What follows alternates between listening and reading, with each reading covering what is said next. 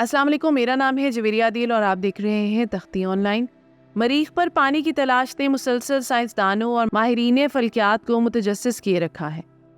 سائنسدان مریخ پر پانی کو اس لیے تلاش کر رہے ہیں کیونکہ وہاں پر انسانی بستیاں آباد کرنا چاہتے ہیں۔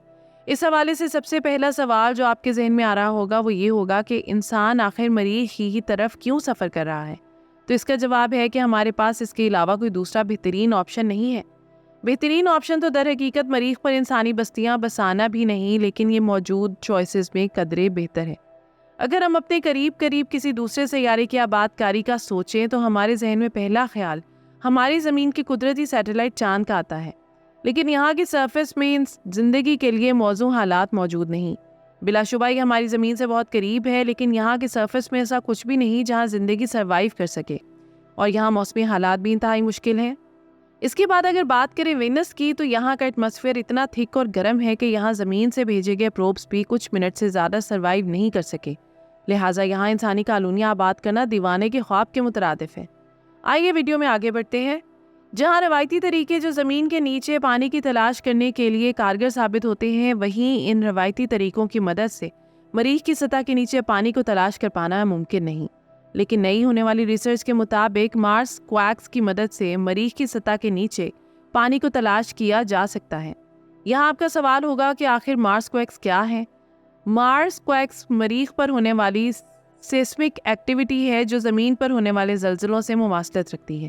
مارس کویکس کی وجہ مریخ کے اندرونی حصے میں اچانک خارج ہونے والی انرجی ہے، جس کی وجہ سے مریخ کی سطح میں ارتعاش پیدا ہوتا ہے۔ مریخ کی سطح میں پیدا ہونے والے ارتعاش کی کئی وجوہات ہو سکتی ہیں۔ آپ سوچ رہے ہوں گے کہ زمین پر آنے والے زلزلوں کی وجہ تو ٹیکٹونک پلیٹوں کی حرکت ہے، تو شاید مریخ کی سطح میں پیدا ہونے والے ارتعاش کی وجہ بھی یہی ہوگی۔ تو ایسا بالکل نہیں ہے، کیونکہ مریخ ٹیکٹونک پلیٹس نہیں رکھتا۔ تو آخر مریخ کی سطح میں وائبریشن کیسے پیدا ہوتی ہے؟ سطح میں پیدا ہونے والی وائبریشن کی وجوہات میں سب سے زیادہ قابل ذکر آتش فشاں پہاڑوں کا پھٹنا اور میٹیورائٹس کا ٹکرانا ہے۔ ان مارس کویکس کا مطالعہ کرنے سے سائنسدانوں کو مریخ کے اندرونی اسٹرکچر اور جیولوجیکل ایکٹیویٹی کو سمجھنے میں مدد ملے گی۔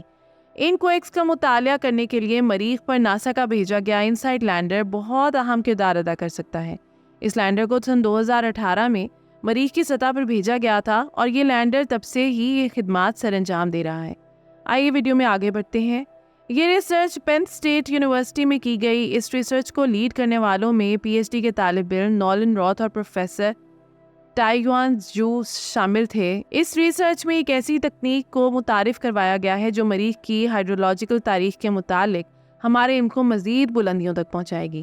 یہ ریسرچ ہمیں بتاتی ہے کہ مارس کویکس کے نتیجے میں پیدا ہونے والے الیکٹرو میگنیٹک سگنلز کا تجزیہ کر کے مریخ کی سطح کے کئی میل نیچے پانی کی موجودگی کو معلوم کیا جا سکتا ہے۔ اس حوالے سے اس ریسرچ کے ایک کو آتھر کا کہنا تھا کہ ان کی ٹیم قدرتی سگنلز یعنی سیسمیو الیکٹرک انٹرفیس رسپانس کا مطالعہ کر کے ایسے طریقوں کی تلاش میں مصروف ہے جن کی مدد سے مریخ کے اندر پانی کو تلاش کیا جا سکے۔ یہ انٹرفیس رسپانس اس وقت پیدا ہوتے ہیں جب مارس کویکس کے نتیجے میں پیدا ہونے والی ویوز سطح کے نیچے موجود پانی سے ریئیکٹ کرتی ہیں۔ اس لیے ان سگنلز کو ان دیکھے پانی کے ذخائر کی تلاش کے لیے استعمال کیا جا سکتا ہے۔ ہم جانتے ہیں کہ کبھی مریخ کی سطح پر پانی موجود تھا۔ نہ صرف پانی موجود تھا بلکہ بہت بڑے بڑے سمندر موجود تھے، لیکن وقت کے ساتھ ساتھ یہ پانی ختم ہو گیا۔ یہاں آپ کا سوال ہوگا کہ مریخ کا پانی آخر کہاں گیا؟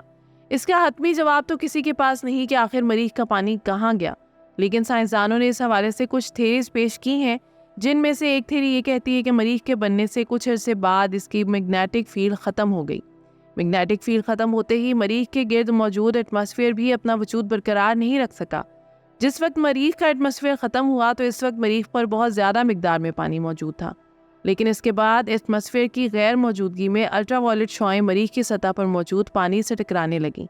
ان شعاعوں نے پانی کے مالیکیولز کو توڑ کر آکسیجن اور ہائیڈروجن کو الگ الگ کر دیا۔ الگ الگ ہونے کے بعد ہائیڈروجن چونکہ ہلکی تھی تو یہ اسپیس میں شامل ہو گئی۔ اس طرح مریخ پر موجود پانی آہستہ آہستہ ختم ہو گیا۔ آج بھی مریخ کی سطح کے اوپر اسپیس میں ہائیڈروجن پائی جاتی ہے، چونکہ پہلے بیان ہو چکا ہے کہ کوئی بھی حتمی طور پر نہیں جانتا کہ مریخ کا پانی کہاں گیا، اور یہ بھی ایک تھیری ہی تھی۔ جب سائنسدانوں نے ہائیڈروجن گیس کی خلا میں اسکیپ کرنے کے ریٹ کو 4.5 بلین سالوں سے ضرب دی تو انہیں پانی کی جو مقدار ملی وہ بہت کم تھی۔ ہم جانتے ہیں کہ مریخ کی سطح کے نیچے بھی پانی موجود ہے، مگر اس پانی کو شامل کرنے کے بعد بھی کچھ پانی مسنگ تھا۔ اس حوالے سے بعد میں ایک نئی ریسرچ کی گئی جو یہ کہتی ہے کہ مریخ کی سطح پر موجود منرلز میں بہت زیادہ مقدار میں پانی موجود ہے۔ ان منرلز کو ہائیڈریٹڈ منرلز کہا جاتا ہے اور ان میں پانی کی بہت بڑی مقدار پائی جاتی ہے۔ اگر مریخ پر پائے جانے والے منرلز کو دیکھیں تو سائنسدانوں کا ماننا ہے کہ ان میں مریخ کا 30 سے 90% پانی سٹور ہو سکتا ہے۔ مریخ پر پانی کی موجودگی کے حوالے سے نولن نارتھ کا کہنا ہے کہ سائنسی کمیونٹی اس بات پر یقین رکھتی ہے کہ ماضی میں مریخ پر پانی موجود تھا، لیکن وقت کے ساتھ ساتھ مریخ کی سطح سے یہ پانی مکمل طور پر غائب ہو گیا۔ لیکن ہمارے پاس اس بات کے ثبوت بھی موجود ہیں کہ اس پانی کا بہت بڑا حصہ اس وقت بھی مریخ کی سطح کے نیچے موجود ہے، مگر فی الحال ہم اسے نکالنے میں کامیاب نہیں ہو سکے۔ جس میتھڈ کو مریخ کی سطح کے نیچے پانی تلاش کرنے کے لیے استعمال کیا جائے گا اسے سیسمیو الیکٹرک میتھڈ کے طور پر جانا جاتا ہے۔ جب مریخ کی سطح میں کسی بھی وجہ سے پیدا ہونے والے ارتعاش کی بدولت سیسمک ویوز جنم لے کر زیر سطح پانی کے ذخائر سے گزرتی ہیں تو یہ لہریں مخصوص قسم کے الیکٹرو میگنیٹک سگنلز کی پیدائش کا سبب بنتی ہیں۔ ان سگنلز کا تجزیہ کر کے اس بات کا اندازہ لگایا جا سکتا ہے کہ مریخ کی سطح کے نیچے کس جگہ پر پانی کا کتنا بڑا ذخیرہ موجود ہے۔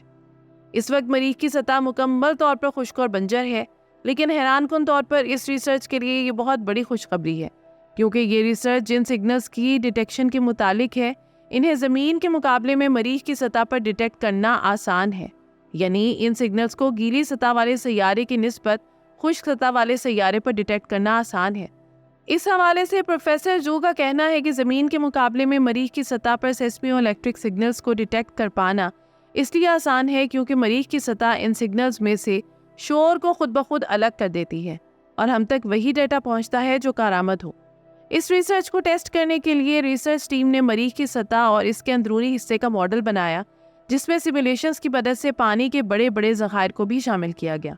ریسرچرز کو ملنے والے نتائج حیران کن تھے، کیونکہ یہ نتائج اس بات کو واضح کر رہے تھے کہ اس میتھڈ کا استعمال نہ صرف پانی کی موجودگی کا پتہ لگا سکتا ہے، بلکہ اس کے استعمال سے ہم یہ بھی جان سکتے ہیں کہ پانی کا ذخیرہ کتنا بڑا ہے، اس کی طبعی خصوصیات کیا ہے اور اس کی کیمیائی خصوصیات جیسا کہ پانی میں نمکیات وغیرہ کی موجودگی کتنی ہے۔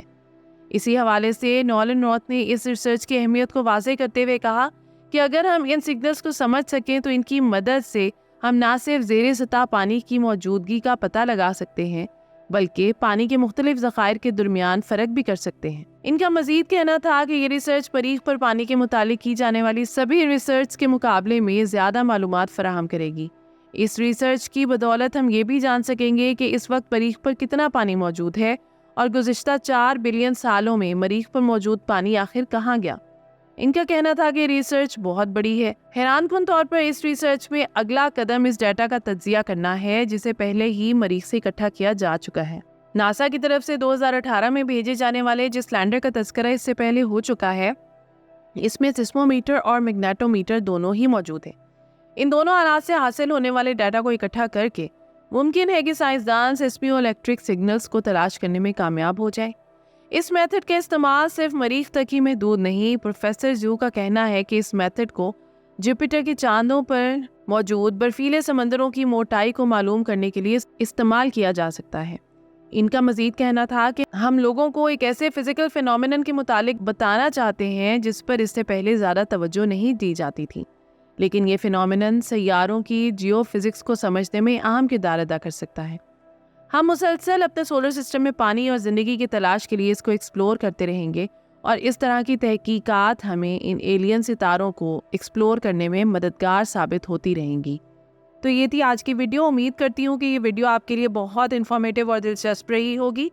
آپ سے گزارش ہے کہ ویڈیو کو لائک کریں اور ایسی ہی مزید دلچسپ، انفارمیٹیو اور ایجوکیشنل ویڈیوز کے لیے ہمارے چینل تختی آن لائن کو سبسکرائب کر کے بیل آئیکن کو بھی لازمی پریس کر لیں۔ شکریہ۔ ملتے ہیں ایسی ہی کسی نئی ویڈیو میں۔ مجھے دیجیے اجازت۔ اللہ حافظ۔